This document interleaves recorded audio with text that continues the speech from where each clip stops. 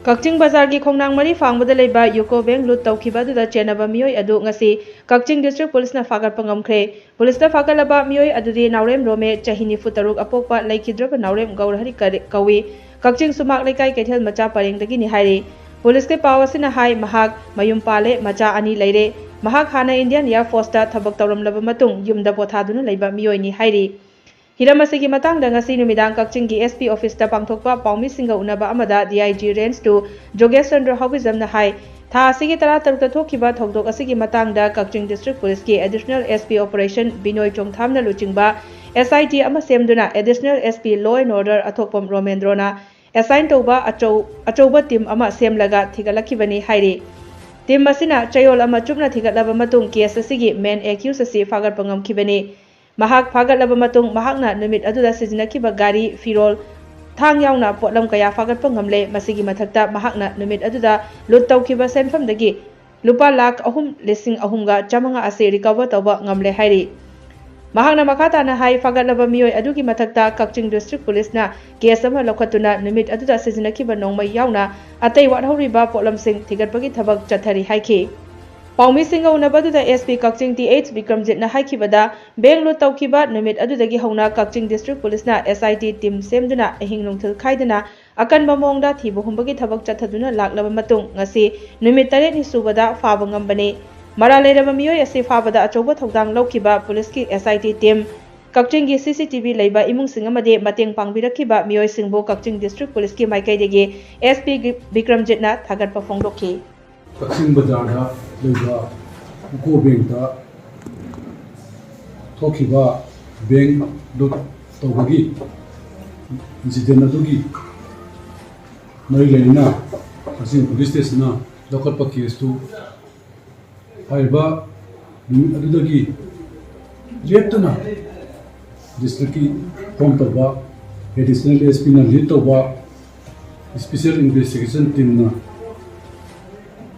adum thidana investigation da makha sathadana dum committee ngasi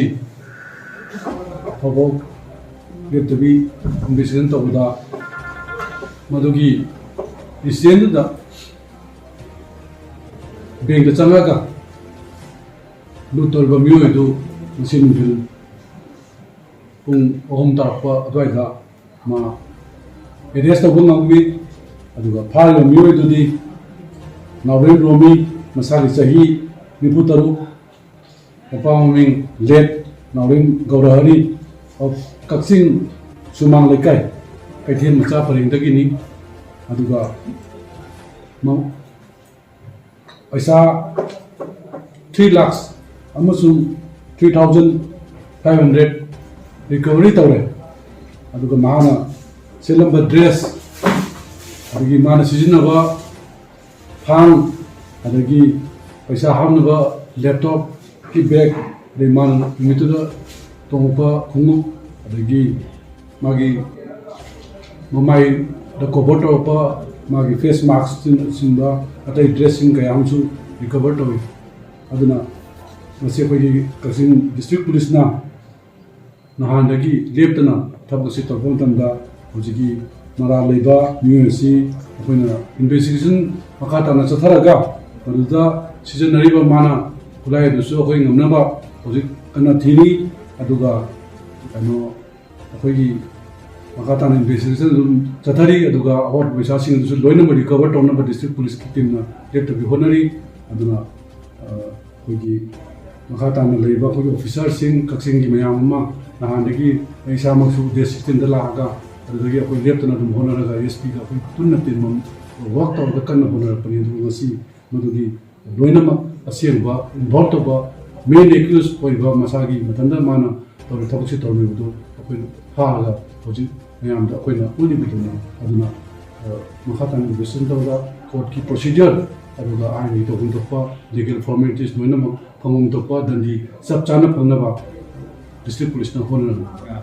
With the guidance and advice of our DIG sir and other senior superior officers according to the SIT MSME SIT sibu amuk assist tawna baina team mama so team mama su semi ai team sina koi yam kan section na ona duna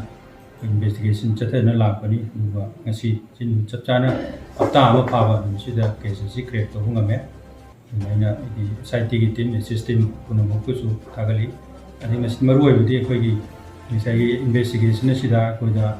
cooperation pibi rakhiba Kakching district ki praja sing musu kunya thagachai aduga maroi na Kakching district Kakching state lebiriba khoi CCTV kinbiriba unthong puding owner sing musu kunya yang thagachai moi mateng yaudana di hai case si create to da wa mo ni tam aina sang ko sangam budi hai si panjini aduna mayam da hygienic budi any crime am commit to gre thokre haragadi adu hurriedly